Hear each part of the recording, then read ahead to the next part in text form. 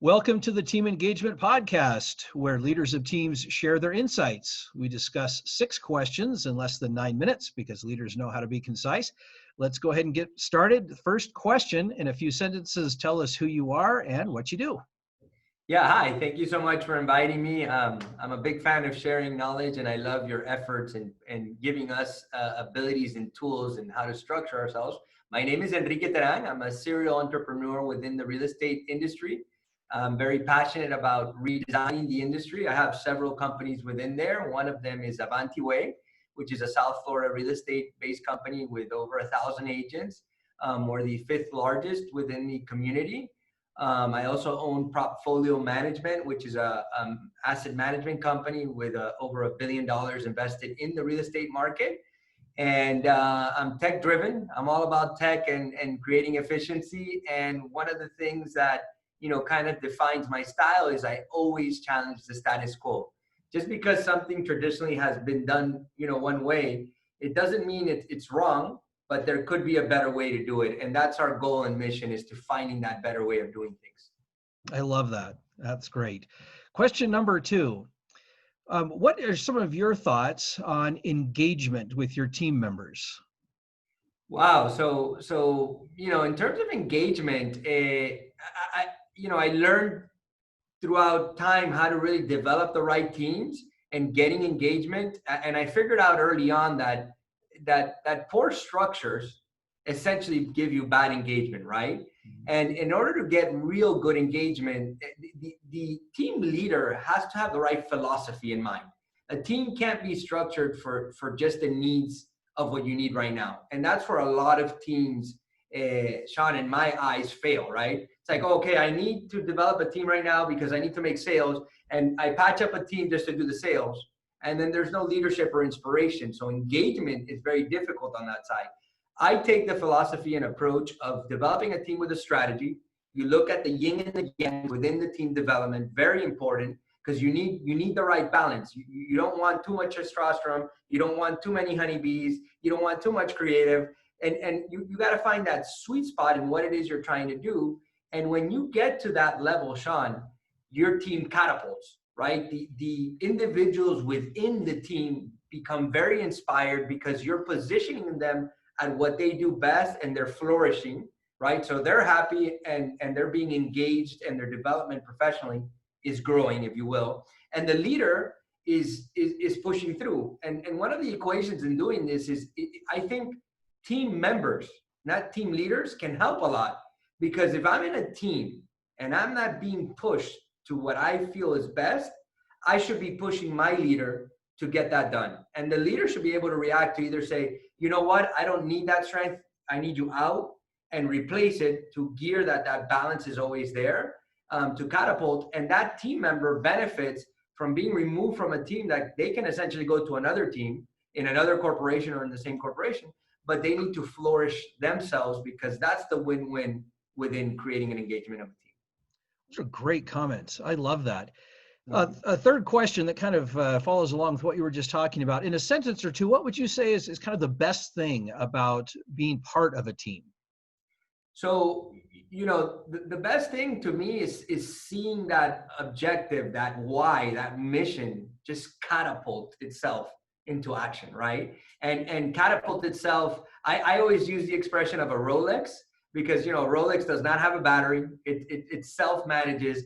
And when you see a team develop and they take on the actions, with thinking as a leader, like, okay, I have a complaint from a client.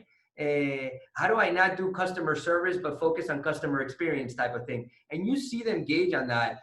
To me, it's like looking at a beautiful piece of art, right? It's like, I always say, when you get it to that level, to everybody in my staff, it's like you did a Picasso. That's beautiful, simple, and it's just a work of art. So I think that the biggest pleasure I get from seeing that is the enjoyment of seeing all the wheels, all the mechanisms work automatically and flow through because you designed the right team. I love that. Thank you. Fourth question, what other piece of advice would you offer to leaders of teams? So, I'll let you in a little secret to the crowd as well. I think strategizing, right? Stop making teams that just solve a problem. Start making teams that work from a why, a passion. Inspire your team members, inspire growth. Sometimes we're not always in the position to inspire financial growth, but we're able to inspire professional growth. And at the end of the day, by inspiring professional growth, at the at the end of that equation, there's wealth to be made, right? Mm-hmm. And I think that's where you inspire your team. That I might not be able to pay you the most if you're starting out there. We're a big corporation now, so obviously I can compete with good salaries and good structures. So I have kind of the unfair advantage, if you will, of the newbie starting. But I was a newbie. I was an entrepreneur. I started from nothing. And essentially, what you have as the biggest asset as a leader is that inspiration that there's one thing you're going to get out of me, and it's you're going to grow professionally. And that, at the end of the day, whether you're with me or not, it's something that's always going to make you money. And I think when you drive that philosophy within the teams, you're gonna develop the right team. You're gonna get the right equation going. And looking at the yin and the yang, I have partnerships in different types of businesses, and I don't go and partner up with somebody who has the same qualities that I have, because if we do, all we do is we just fight. It's just all day long. It's fighting. Well, I want to do it this way. No, that's this way. You want to associate, in the same way you engage your team is that yin and the yang. Like what balances me? Because I'm maybe too creative.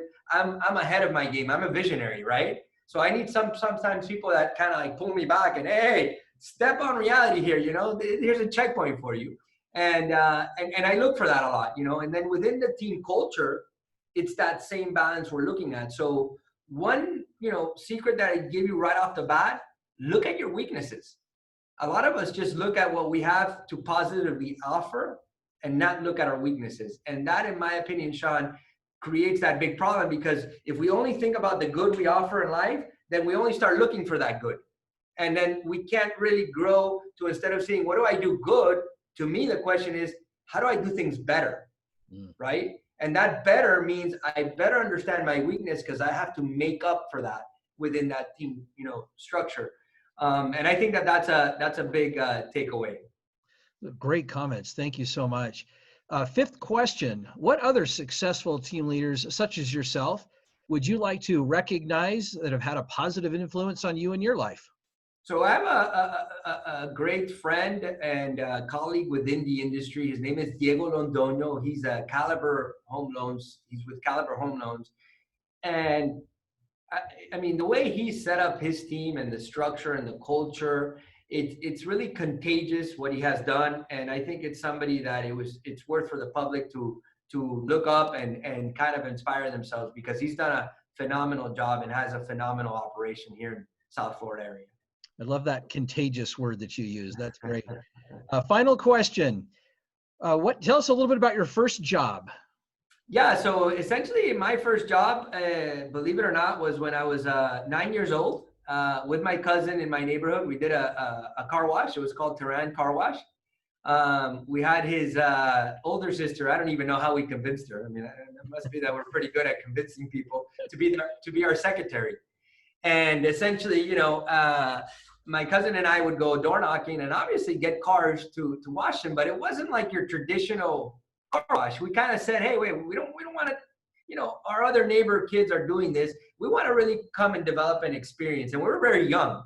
I remember our parents like, wow, you guys are very creative. And, we sat down and we did our invoicing on the computer very professionally. We did a little brochure in Word, black and white, obviously, but now we would come out to you and be able to show you confidence that we had a product, right?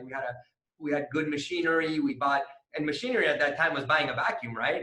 And we bought, we would bring our own vacuum. We would use, good soap, good dishwashing detergent, if you will, to wash the car.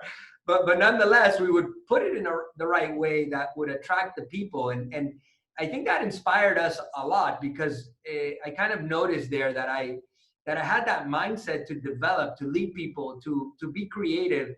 And there's 4 rules that I've learned from my family and I've learned from myself over time, right? Which I apply, and I learned at a very young age there, which was 1, never give up.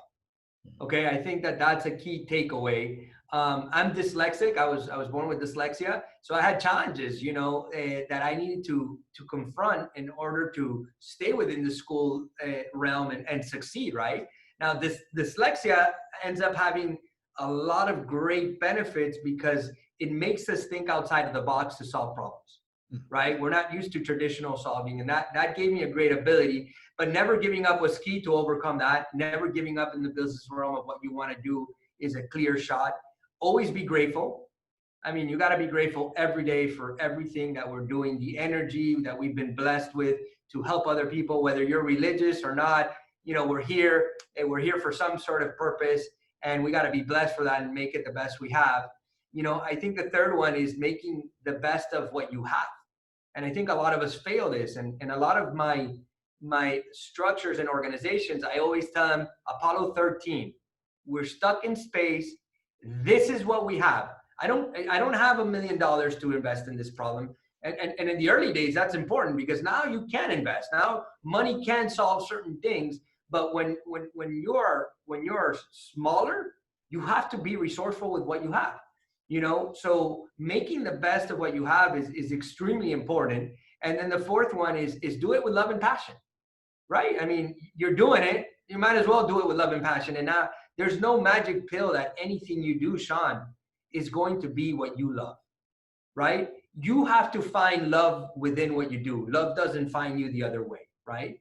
And I think that those four things I learned at an early age and I applied, and it's been a reason for everything that I've been blessed to be able to do, right? And I even bring that to my kid every day. My kids, I have 3 kids, and it's constantly the 4 rules of engagement, constantly doing that in school, this, that, how do you overcome these things? Because I think leadership is also formed in the household, right? And I've been blessed where my grandfather was a big entrepreneur, my father was an entrepreneur. It kind of runs within the blood, and making the best of what we had. I studied engineering. So, I maximize on that and catapult business on that side. So that was my first, business. And ever since then, I've done businesses where I failed, and I had to close a shop. And I've done companies now that are multi-million-dollar companies that transact.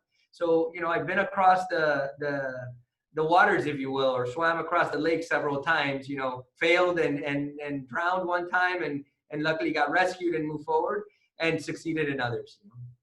Those are great experiences. Thank you. Obviously, an early entrepreneur in the making there. That's fantastic. Enrique, thank you so much for joining us on the podcast. How can people find you? Yeah, so thank you for having me.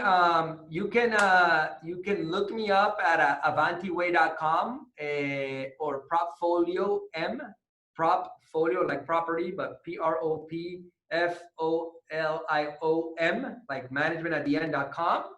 Or you could actually email me as well at Enrique Teran, ENRIQUE TERAN, Enrique Teran at avantiway.com. That's AVANTI way, like go that way.com. You can email me and reach out to me, or you could call my office at 305-229-1146 and request to speak to Alvaro, my assistant, which will then, schedule a meeting to obviously talk. And anybody that I could help, I'm a big community player. I love sharing my skill sets over, because I think, for those people that really gravitate and get it, I love seeing them catapult to that, next level. Fantastic. Thank you again. This is Sean Richards with the Team Engagement Podcast, where leaders of teams share their insights. For more ideas, you can search us on LinkedIn by searching Blue Sky Business Consulting. Thanks so much. Have a great day.